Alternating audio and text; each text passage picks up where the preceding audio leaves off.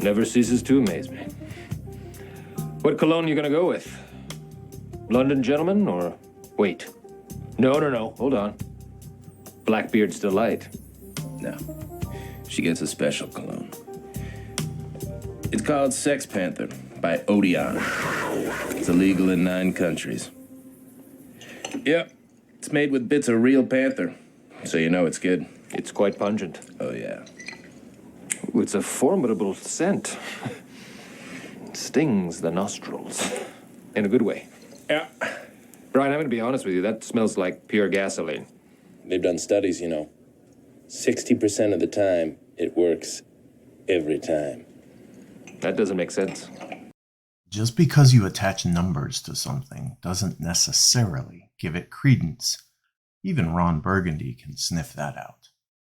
This scene from 2004's Anchorman, The Legend of Ron Burgundy, featuring Will Ferrell as the title character and Paul Rudd as Brian Fantana, encapsulates a quote popularized by Mark Twain.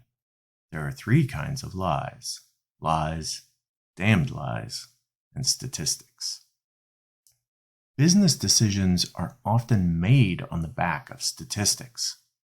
Dr. Graham Hill has spent decades consulting for some of the largest organizations in the world. His work is grounded in research about customers, their behaviors, and what really drives them. We begin this week by digging into an oft-quoted statistic regarding customer retention and profitability, and why it doesn't make sense. This week on Next in Queue, we discuss the myth of customer loyalty, flaws in an oft-cited customer retention quote, limitations of NPS and other customer loyalty measures, the importance of understanding the jobs customers need done, what companies get wrong about personalization, and the value of customer service. Let's get to it.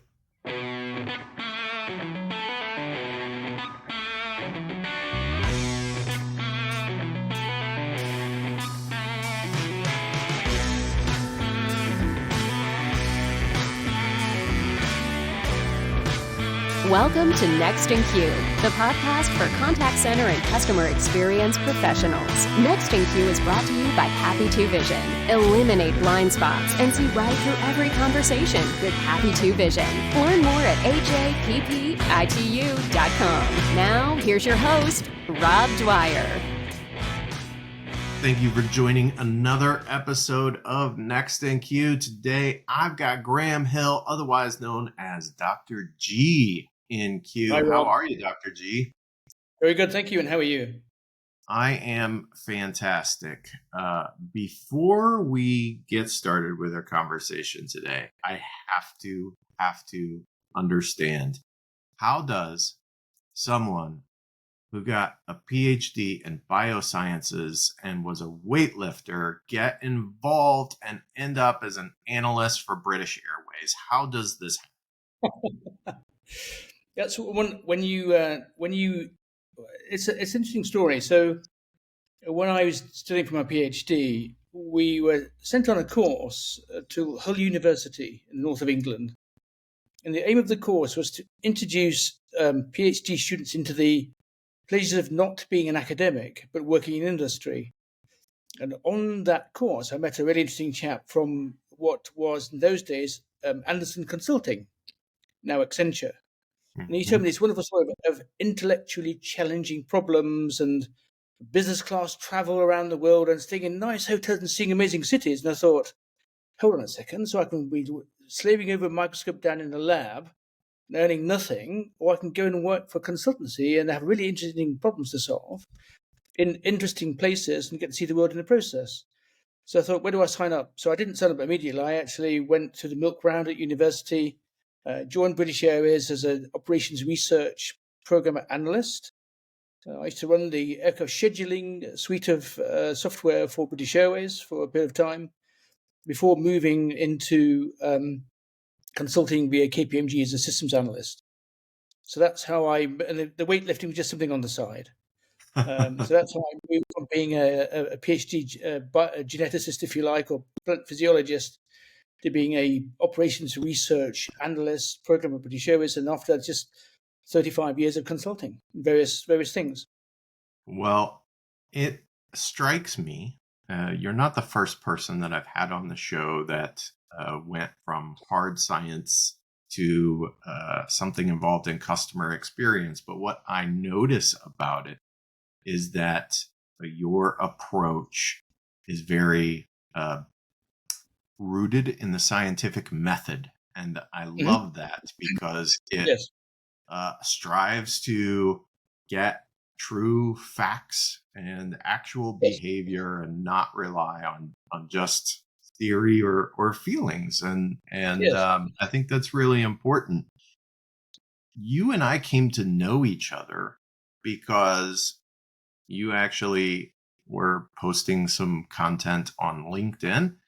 And that content was about busting some specific loyalty myths. And we want to talk about customer loyalty today and how brands grow. But I think we should start with an article that came out in 1990 called Zero Defections, written by Fred Reichheld, which everybody knows from NPS and Bain fame and Sasser. And the quote that comes out of that article and is oft cited is that companies can boost profits by almost 100% by retaining just 5% more of their customers. And you posted an article that refutes that. So tell us what's wrong with that quote and tell us about those two competing ideas. Sure. So the first thing that's wrong with the quote, other than the fact that it isn't correct, is you have to recognize where the quote comes from. And the quote isn't a result of experiment or even theory. The result was a mental experiment that Reichheld and Sasser had. They said, if this and then that, this would be the result. So it was a thought experiment. And as often is the case, things that are attractive, great sounding memes, sound bites, often pick up a life of their own. And I think that's what happened. So as is often the case, things that get published, even though it was a thought experiment, and this is not just my opinion. So one of the great marketing academics of today, so Byron Sharp, at the Ehrenberg Bass Institute in Australia, also wrote an article effectively doing the same things I'm doing, is refuting the quote that Reichheld and Sasser came up with. It's a thought experiment. So if you have a thought experiment, you can think of anything and get the answers you want. So, but it's not based on empirical evidence. In fact, if you look at this work by Reinhardt and Kumar, published in 2000, I think it was, they looked at whether people who are repeat purchasers or loyal customers, if you like, actually buy more, actually pay more and recommend more. And they found that often that's not the case, and that often new customers are worth more than customers who'd been with you in the past. So there's a whole variety of, and there's other evidence come out in the meantime that basically says that, yes, this was a thought experiment, and it's not really the truth. It's not grounded in empirical evidence. And where do I need to, what do I need to say? It was just a thought experiment. So I wonder how much of, for instance, NPS and willingness to recommend, like, what is your general thought on all of that? Fine. So I think there's several things that come into this. First of all, willingness to recommend a company and its products to another person. We know that that's something that's valuable. And the problem I have with it, NPS has a few methodological flaws, like most measurement systems have. CSAT has the same thing. Customer effort score has the same thing. Earned value, the new version, if you like, NPS 3.0 has the same problems as well in different ways. But they're all valuable in terms of they provide one perspective on customers' behavior. But what Reichheld promoted, so Fred Weiss is a smart guy, but he's a salesman for Bain & Company, and he's selling a pitch. And the pitch is basically, hi, Bain & Company, we'll do all these amazing things that are relatively simple, and you'll do well as a consequence, and that isn't necessarily the case. So Reichel is pitching, this is the only thing you need to know, and that's rubbish. It's simply rubbish. So back in the early 1990s, Kaplan and Norton came up with a balanced scorecard, and they originally had 4 domains in the balanced scorecard. They had finances, so your perspective of how well you've done in the past, because obviously the finances we earn today is based on how you performed in the past and how you organize yourself. Then they looked at 2 present day sets of bundles of measures, so customer and process. So how do you work and how do customers feel things and look at things? And then they looked at a future set of measures around innovation and growth. So how are we going to be different in the future? I mean, think back to people like Peter Drucker saying the only things that create value in a company are marketing and innovation. Marketing is what sells things today. Innovation is what we're selling in the future. That sort of idea. So out of this came the balanced scorecard.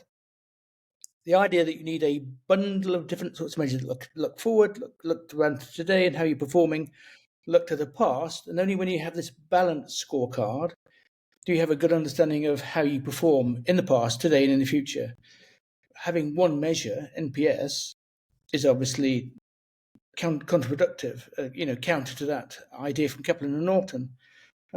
So I don't see it as really very, very true and very valuable. All the orgs I work with, almost all of them use NPS.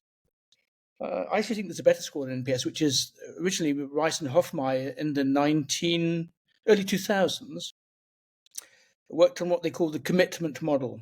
And the commitment model is actually fascinating. So, commitment model was they worked in South Africa, and they looked at people moving from one religion to another religion, and the indicator that drove somebody was no longer committed to an old religion, is now committed to a new religion. What happened to the people in that process? And out of that came the commitment model for customers, and whether you are completely uncommitted, you really don't care about this brand at all, or you are completely committed on the other extreme, and nothing you would do would ever make you not use that brand. So I think commitment type things is much better than NPS. It's a little bit more complicated, but that complication brings insight and brings intelligence that NPS simply doesn't have. So most companies have NPS, but it should be part of a balanced scorecard of measures, and I have no problem with that at all. As an indicator of what people might, tell you whether you might recommend to somebody else is a useful thing. As we know, people don't say what they do and they don't do what they say. So saying I might recommend doesn't mean I'm going to. And of course, me recommending you to another organization and my organization or my company to another customer doesn't mean you're ever going to buy anything. So there's always those things to bear in mind. But it's an indicator whether you're willing to recommend to another party. What I see happening now is that there's the suggestion now from Reichelt and Bain again that this is the most important driver of business success is whether you're willing to recommend. And I think that's just a complete falsehood, in my opinion. It strikes me, and I was doing my own thought experiment about willingness to recommend, and that was there is a difference between my willingness to recommend if someone's soliciting that from me and my willingness to actively promote something. So longtime listeners of the show will recognize that I'm a big fan of Lego. I'm a big fan of Costco. These are brands that I will actively promote. But there are other brands that perhaps you might go, hey, Rob, you've used X. What do you think of it? Would you recommend it? And that those two willingnesses to recommend are very different because one is active and the other is very reactive. And the interesting thing is you don't need to use the brand to be willing to recommend it. Right. So I remember going to a conference a long time ago where one of the great CRM academics, Adrian Payne, at the time in Cranfield, but now in Australia, he was standing talking about CRM and customer recommendations, and this is before NPS. And he said, everybody in the audience who recommends Virgin Atlantic, put up their hand, and there's a forest of hands go up. And he said, everybody who's never flown on Virgin Atlantic, put your hand down. And more than half the hands disappeared because they'd never flown, but they were willing to recommend based upon the fact this is a popular meme. And a lot of people like to be in on the latest meme and to promote things that others have promoted as well. We're, a social species. So it's like a sort of form of business gossip. I'd never flown on Virgin Atlantic, but it's a great airline anyway. You should fly on it too. So what I want to dig in today is customer loyalty. And let me start by asking a question. Are customers loyal at all? So when you say loyalty, what do you mean by loyalty? Oh, that's a great question. Let me ask you, We need to define things, what don't do we? you define as loyalty?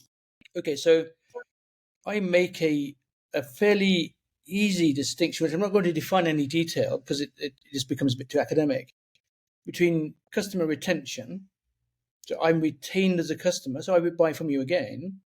But it's mostly an economic thing. So we all have banks we've been with for many years. We don't love those banks, but we don't even like the banks. But we stay with them because it makes sense to do so. I've got all my accounts there. They have all my transactions there. All my monthly things get done there. And you know what? They're no worse than anybody else. So why would I boo? So it's an economic thing versus customer loyalty, which I think requires an effective and emotional attachment. So I have an affinity. But building that attachment is very, very difficult because if you think about human relationships, not that I'm suggesting companies can have similar sort of relationships, in fact, I don't think they can. And there's research from Liliander and Ruse, and earlier on it shows that's the case as well.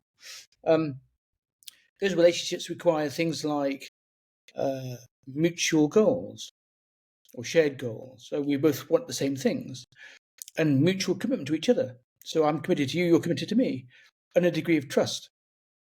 And to be honest, I don't think most companies are willing to do those things. Customers might, but I don't think most customer companies are willing to do those things because they see it as being a liability and expensive and difficult, and they don't want to do those things. So we'd like to buy my stuff in the meantime. So what we have is a distinction between I think about being retained, or I don't even think at all because it's just a habit, versus I feel that I like you as a company, and and that for me is the difference between retention and loyalty, and they are quite different, I think. Do I need to generate customer loyalty to be successful? Look at most large organizations. Look at the biggest banks in the world. Look at the biggest telcos in the world. Look at the biggest energy companies in the world. Do you think most customers are loyal to them from an effective perspective? I don't think so. But we cognitively retain because they're as good as all the rest. And I mean, I'm with a Scottish bank, even though I don't live in Scotland anymore. I haven't lived in there for 30, 40 years. Because I joined it when I was a student to go do my PhD in Edinburgh. And they fulfill a need for me in the meantime. But I don't transact them very often. I haven't transacted them for quite a few months now because of circumstances. So I'm retained as a customer, but I'm not in any way loyal. And I think Right. that's often the case. And if you look at switching rates, for example, in the UK, in retail banking, the UK government a few years ago wanted to make things really, because they thought there was too little switching of bank accounts and other utilities. It's a bank is a utility in my perspective. So they did a whole load of things, a whole load of laws and a whole load of changes and a whole load of services they introduced to try and increase switching rate, and that hardly moved the meter at all because people were comfortable where they were. We are a habit-forming species. We're cognitively lazy. We're cognitive misers. We don't want to think about these things. It's a system one, system two thinking from Kahneman. So we just do the same old things. In fact, incidentally, there was a report a little while ago looking at the most effective mechanisms to drive changes in behavior. It's been a bit challenged by some people, but I think the underlying meta-analysis is more or less okay. The least effective way to change people's behavior is telling them things. Here's some information, go and do something. No, I'm not going to bother because I'm stuck in my ways. I've got pathways I follow. The most effective way to change people's behavior is to create new habits. And people like B.J. Fogg, professor at Stanford, has worked in this space for quite a long time. I've got a book called an approach and a book around tiny habits, changing lots of little tiny things to help you in your life and to help you in other things as well. So habit formation is key to all of this sort of thinking about how we stay and why we don't go. So I don't think loyalty is necessary for most companies, but it's desirable. Obviously, if I can create a relationship where you have a strong positive feeling towards me, then that's probably going to mean that you buy more of what you're going to give to me anyway, rather than to buy competitors. But I'll still buy from your competitors anyway, because that's the way things. This is what Byron Sharp has shown us with the longitudinal research at EBI.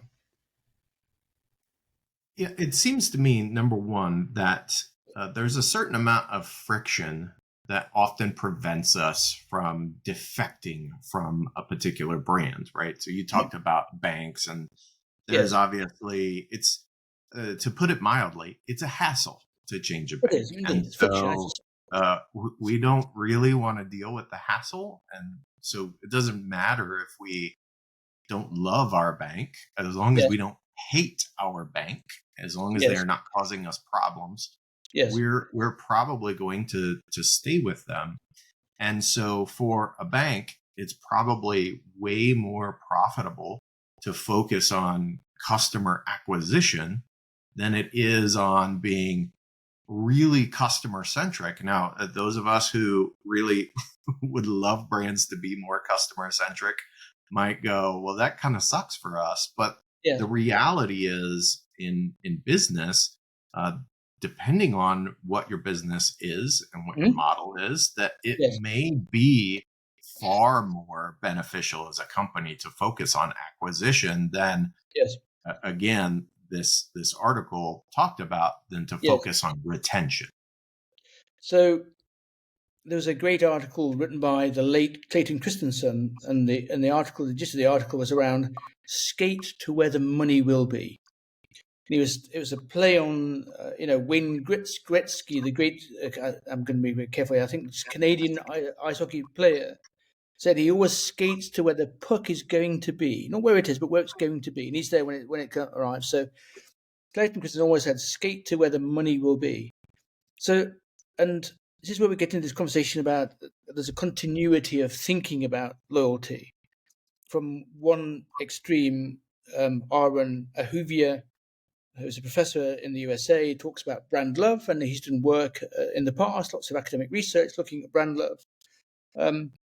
That's a fairly extreme position to take, and I don't see strong evidence in the academic literature or elsewhere for brand love. In fact, it was a survey by Havas a few years ago, repeated in 2021, that looked at customers' opinions about brands, and one of the surprising findings, replicated from the earlier research, was that customers either would not notice or would easily find a replacement if 75% of their brands literally disappeared tomorrow.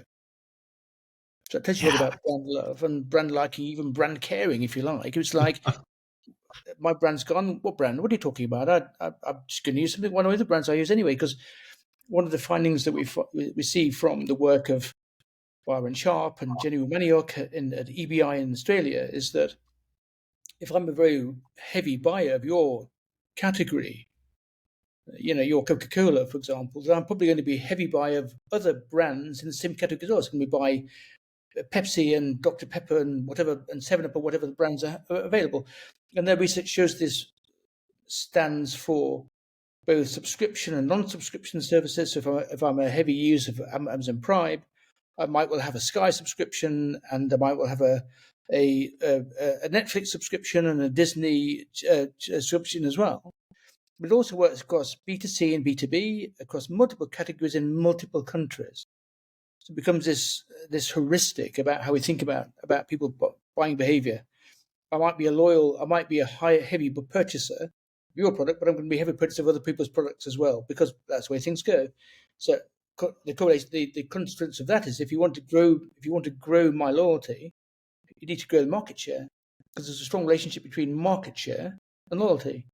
So loyalty clearly exists, but I think for most people, what you're really looking at as a company, you're really saying is, where's the best return for my investment? Now, people like Peter Fader, who is not quite so brand love as Armand Houvier, talks in his books around customer centricity, talks about trying to build strong emotional bonds with customers. But my perspective is that's quite difficult. We talked about building relationships; it's not quite the same. A relationship with a company versus a person is quite different. But there's some similar principles. But it's difficult and expensive. Whereas Byron Sharp would say, and he writes in his How Brands Grow 1 and 2, and then Genuine Manioc in her books around brand differentiation. It'll come back to me in a second. Anyway, her excellent books around brand health and what have you. It's irritating when you can't remember a word, isn't it? But they talk about the fact that if you want to grow your brand, then you're better off focusing on customers who are either not customers at all or who are light users. So probably the best position to say is if you understand the economics of customer acquisition and customer cross upsell and on sell, then you skate to where the most money will be. It probably won't be in building even stronger relationships with because they're already giving you all their money. Other than the money they give to people also in other brands in the same category. But you need to have that detailed understanding of the economics of customer acquisition, growth, and what have you, before you can make those choices. The research I've seen, just as aligned with Sharp and Romaniuk, is that it's often new customers coming in or light users you can persuade to buy one more item becomes the most effective way to spend your marketing budget. And then we get into the whole thing about, which I don't want to talk about today, around am I building a brand or am I trying to activate sales? Because they are quite different in the work of Bennett and Stalls and other work as well, that suggests that we need to be spending a lot on building a brand because that builds mental availability. But obviously the best search engine is not Google or Bing or any of the new LLM tools or Reddit. The best search engine is what's in your head. And if you have that strong mental association because of branding of various kinds or experience or engagement comms or recommendation, then when you come to enter the market at the category entry point, you're more likely to purchase. So building a brand, driving that whole thing forward, and as well as having sales activation, which means you need to know when people enter the market. So it's quite a complicated picture. But that's why we have marketing science, and that's why I'd ever taken it. But I hear amazingly good things about Mark Ritson's mini MBA for marketing, which I would love to do at some point, but not at the moment. So I gotta say, you may have spoken some sacrilege about people buying both Coke and Pepsi. Same person. I have never seen that in the wild, but maybe it happens. I don't know. It was something else to say. Could be Dr. Pepper instead, rather than the competing things of Pepsi and Coca-Cola. So I do wonder, as we're having this conversation and we're talking about buyers being promiscuous with brands, how much that applies in the B2B world versus B2C. Certainly B2C, we know that is the case. But what about B2B? Is that the same, or is there a difference because I may only need a particular service and I'm just going to choose one provider? It's a good question. I think, again, Byron Sharp and Genuine Manioc answer that question for us. So their research at EBI looks at B2B and B2C industries or classes of customer. And they find pretty much the same relationship in B2B and B2C. So recognizing B2B is more complicated. You often have a buying committee. These are more expensive things. There's more logic and perhaps a little bit less emotion involved. And although how we process information and how we make choices is the same either way, but there's more structure in B2B sales. So, but their evidence does suggest that there is an element of promiscuity as well. Some things, if you're probably buying steelworks, then you probably only have one Bessemer converter, whatever it is that you use today. But for other things, the evidence suggests that people buy for more than one category, or more than one provider in a category, for whatever reason. And the same with we look in a fridge and there's more than one yogurt, but it's the same category but for different purposes. So that subtlety, different use of purposes, I think, is what drives things. And my experience in having worked in B2B is obviously a life of consulting and consulting sales, is that most of my clients have pretty much, all the larger corporate ones, have at least half a dozen different consultants involved. There's no loyalty to one particular consultant. Strategically, might engage BCG, my favorite actually, or McKinsey or Bain, or Roland Berger in Germany. But for SIs, you're going to have Accenture and EY and Deloitte and PwC. And for other more specific things, we need expertise rather than general skills. Then you're going to use boutique consultancies, like the ones I typically work for today. I was at PwC and KPMG before. Now I only work with boutique consultancies. So all of my clients are promiscuous buyers. That's fascinating. One of the things that I think the CX industry, or maybe it's the marketing industry, is focused on to drive loyalty is this idea of personalization. So let's talk about personalization, and ideally, like, what are we getting wrong about personalization? That's a good question. How long do we got left?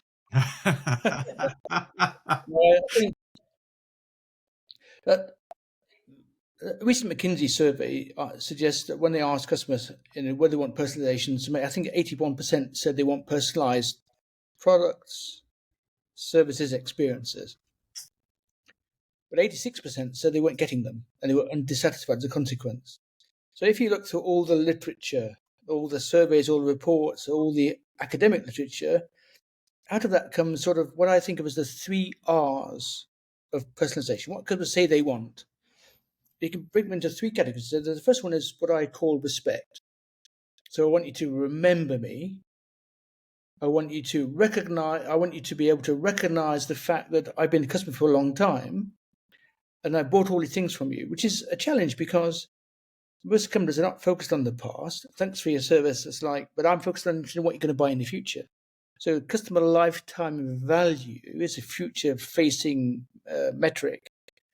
But from the customer's perspective, the customer loyalty element, the equivalent customer lifetime value, is going back in time, looking at what I bought and to think I deserve respect for being a customer. So that's the first R. The second R is what I think of as recommendations. So recommendations of newer, better products and services when the moment arises. But I think that actually the most important R, once you get beyond respect and recognizing recommendation only comes in at a category entry point when I'm thinking about buying something new or makes sense to do so.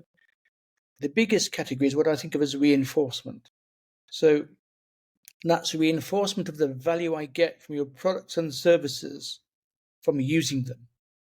So one of the things we need to recognize is that products and services typically only have value when I use them. And usually a simple example of a spade. So a spade only really has value when it's used to dig. So, and that's a functional job to be done, digging the earth using the spade you bought, as having that tool. But customers also have 3 other sorts of jobs they want to get done. They want emotional jobs too. So I want to feel about myself. They have social jobs, how they want to be seen by others, and they often have associated jobs as well that come with your functional job. So in the spade, it's quite interesting. So it's a simple tool. So the functional job of digging the soil is the primary reason why you would buy and use a spade. If you don't use it, it has no value, except if you love spades. I'm not talking about brand love here, but you're a collector of spades. You have a long series of spades in your shed for many, many decades or centuries. This is the latest one, your latest Fiskars stainless steel spade. That's the emotional job about how I want to feel myself. I've got another spade to add to my collection. And amongst spade aficionados, there's a social job of showing off to others what spades you've got. So, okay, for most of us, spade's just a tool. Rather than being an emotional or social job that needs to be done as well. And of course, there are associated jobs as well. So having a spade is part of a collection of garden implements you need to be able to till your soil properly in your garden or your field or whatever. So it becomes associated jobs with keeping your tools in order, etc. They go together. So customers have these jobs to be done, and they hire tools and companies to get help. And the way they do that is by interacting, and those sequence of interactions are the journey that customers have. So it all goes back down to what's the customer trying to do. If you want to build emotions with customers, then I always say focus on what they're trying to get done, their jobs to be done. Focus on the functional job. If you do that job really, really well, people probably leave with a strong positive view of you as an organization. They feel happy, they'll feel satisfied, they might be willing to tell each other what a great job you've done. But also focus on the emotions, how your people want to feel, because that's, we recognize that if you look at, this is an aside, if you look at what's called justice theory, this is developed around how we recover customers when there's been a problem. And they talk about 3 or 4 types of justice. They talk about the justice of getting the outcome you want as being one of those justices. They talk about the justice of having a process that's appropriate to getting the outcome you want. But they also talk about the justice of having the right information to make choices during that journey. They also talk about interactional justice, the justice of being treated like a person with respect, back to that respecting again. And often we find that if you don't treat me with respect, even though I think the process is okay, I've got all the information I need to make choices, and I'm heading towards a good outcome, I'll still abandon because you don't treat me with respect. So that emotional element is actually quite strong, which this is a theme that goes through a lot of things. But in this case, drawn from justice theory, and also drawn from how we know about what we know about how we make decisions, about how the role that subconscious role plays in making many decisions. Only that small minority of things pop into your conscious mind when you actually think about making the choice. This is the background to Kahneman's System 1, System 2 thinking. I said this is going to go all over the place, didn't I? It strikes me that really what you're illustrating is the difference between a transactional purchase or a transactional use of a product or service, and then the next level, and that it's that next level that includes that emotional piece that can create loyalty. And I also think about when you're talking about these different jobs to be done, that's often forgotten, and the piece that maybe marketing brings to a company when they're marketing products and services, right? The people designing the product may be focused on the hey, this spade will dig. It will dig great. But it's the job of marketing to create something beyond just the fact that this spade will dig and that you'll look good doing it, or it's going to last a long time, or be a crown jewel in your spade collection, if that's something those you're right after. spades. But your original questions about personalization and the challenges. I think the challenge has been that most companies see personalization as being about the customer and not about the job they're trying to do. So, if you have 1 million customers, we probably have 1,100,000 different types of customer, because we all have different identities according to what we're trying to do. So, if you focus on that customer, you have an enormously rich base, and you need an equally rich set of solutions to be able to meet all the needs. It's called Ashby's law of requisite variety. So, but most customers have similar things they want to get done. So a good example is Guarantee Bank in Turkey, now part of BBVA, I think, had this card called FlexiCard, and you could mix and match 8 or 10 different features to make the card of your choice. You could have a picture of your grandchildren on it if you had grandchildren, or your dog, or yourself, or whatever. You could trade off loyalty points against APR and all that sort of stuff. There were 9,000 different combinations. But most people took the same small number of combinations, the same small thing. So because those combinations help them get their jobs done fast, isn't better than all the other combinations and the things that we're using today. So rather than focus on customers and try to hyper-personalize content, which is what vendors try and do, because that's what they're selling, you don't need your old technology. You need the new technology with hyper-personalized content. I do with AI added on, spray painted on top. So rather than focus on customers and hyper-personalized content, we should be focused on the jobs they're trying to get done and trying to find a way to get those jobs done faster, easier, and better during their interaction, their journeys, and also make it. And this is where we come to the second R we talked about, the third R I talked about, which is reinforcement. So once I bought your product or your service, then all the value for you is in selling it to me, mostly, or the contract that gives you the right to collect monthly payments. All the value to me is in using it. So the more you can help me to use it, to get started, to get it installed, to start to use it, to find all those features that I didn't know about and to get those activated and used, and then to get ready from using it to do whatever I wanted to buy it for in the first place, what I today would call engagement marketing, the more value I'm going to get out of it, and the more powerful that marketing then becomes. And we there was some research a little while ago.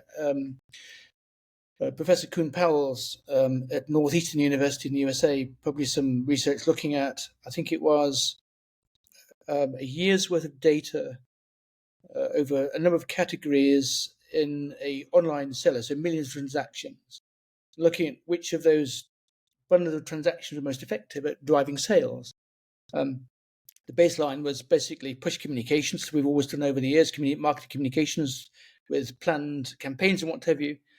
But if you start to identify what the customers are trying to do, a customer-centric way of marketing, and you communicate to them out of the moment, so retargeting is a good example, that was 9 times better than your basic campaign communication, your campaign marketing. But if you could do that in the moment when customers are trying to get their jobs done, so that communication comes right at that point in time when I need a bit of help, proper engagement communication, that was 44 times better than your bog standard planned campaigns. So, and that comes from marketing mix modeling. So the evidence is really quite clear that the more you can help customers to get their jobs done while they're doing them through engagement communications, so in-moment marketing rather than inbound or outbound, the more likely that communication to work. And that's what customers really want. You want help getting their jobs done. They want to be respected, they want recommendations, but they really want help getting their jobs done. That's why they bought the damn products in the first place.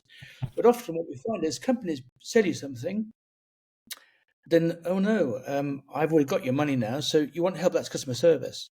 We don't spend any money on customer service. We know that. Look at the UK Institute for Customer Service, UK CSI scores, down as low as they've been for 10 years. Look at there was a Forrester scoring recently in the US for CX, the lowest point in 10 years. Look at the UK KPMG Nunwood CEE, so customer experience score, lowest point for 6 or 7 years. We've just stopped spending money on customer service because we've already got your money as a customer, so we don't want to spend any more. Although the relationship between great service and great profits is really, really clear. Starting back with the service profit chain work in the 1980s, 1990s, lots and lots of research. The UK CSI stuff is very clear. It's a mystery in some ways why companies don't spend more on servicing customers, because the relationship with shareholder value growth, which is what drives my work in most of my clients, is really crystal clear. Yet they don't.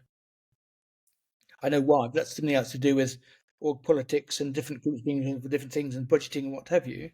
But it's still not an excuse. Yeah. So let's talk more about the customer service part. Let's dig into, I mean, yes. You say the evidence is there, but what can companies do better aside from just having people answer the phones or the chats or the emails? What do they really need to do to provide great customer service? And then what will that provide them? Yeah, it's a good question. I don't think it's rocket science. So people like Alex Mead have been talking about this for a long time with his epic model and so forth. It's all relatively straightforward.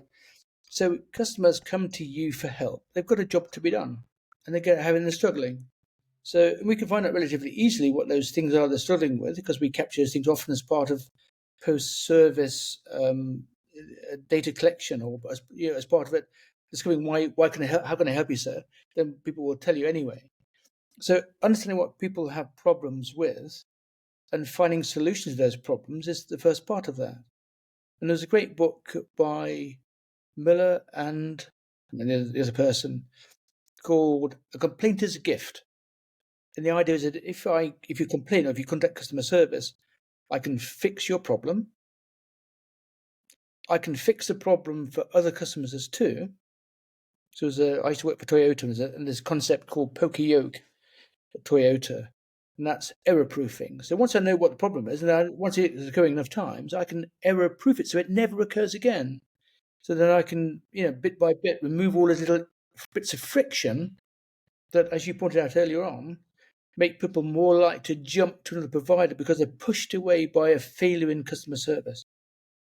The third thing you can do, of course, is there is something called the service paradox, which is if I'm dissatisfied and I complain and you over-recover me as a customer by doing things that help me solve my problem, then I might actually be more satisfied with you than if you didn't have a problem in the first place. Mm-hmm. The service paradox. So we've got 3 reasons to deal with customers, but it all revolves around the idea that knowing what they're trying to get done, their jobs to be done are, identifying solutions where you can beforehand, or having good people who are well trained answering the phone or dealing with the email or answering the chat, so they can find a solution quickly.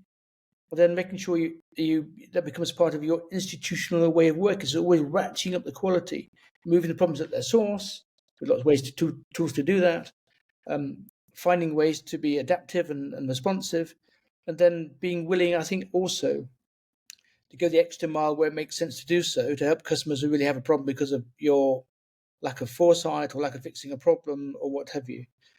But often I think companies, customer service, I always used to joke when I used to do jobs to be done training, that one of the challenges you have is that while we use jobs to be done is a standard language to capture jobs, is because if you just ask people what they want or what they think is the right solution, you get a mishmash of requirements and needs and features and functions, a whole load of other things. You go to marketing, they have one view. You go to customer service, you go to another sales, they have another view. You don't go to service because in another country typically, or a cheap country. So making sure these people are organized. And of course, today we have AI to help you. So it's not easy. Some companies like Klarna have done a really great job, apparently, of answering simple questions. But we have new tools all the time to improve a lot of the customers, so use them. And then the relationship between satisfied customers with a problem and customer value and shareholder value is I think it's fairly well understood. It's not rocket science anymore. Yeah, I love that. And this has just been a fascinating conversation. And I know that people can learn a lot from you, but they may be interested in doing more than reading your posts on LinkedIn. What's the best way for people to get in touch with you, Dr. G? Well, if people want to, I'm happy to talk to pretty much anybody about pretty much anything to do with customers and business and what have you, and always have been. So if you want to get in contact with me, so either follow me or connect to me on LinkedIn is the best way, and then reach out through DM. And I have people all the time asking me questions, and I'm happy to do my can. I was taking the view that a lot of people helped me when I was starting as a consultant many, many years ago. So I feel I have a moral duty to help people in return, and I'm always happy to try and answer questions. I'm not going to do a project for free. I'll try and answer questions and point you in the right direction. Now I might involve a bit of reading, a bit of talking to other people, or having a bit of a conversation. So reach out to me via LinkedIn is probably the easiest way to do things. Well, I know that you have helped me today and you've helped the audience. So thank you so much for taking the time to join us all on Next in Q. Yes. I talk about these things for hours or days on end. So I'm just pleased you were so patient as we walked around the house a little bit, covering jobs and Byron Sharp's work and other things as well. Thanks, Dr. G. Next in Q is brought to you by Happy To and is produced by me, Rob Dwyer. If you enjoy this podcast, please by all means subscribe and or rate this podcast in iTunes or your favorite podcast app. But more importantly, please tell just one person about this podcast. Word of mouth is the best way for people to discover new content. As always, thanks for listening.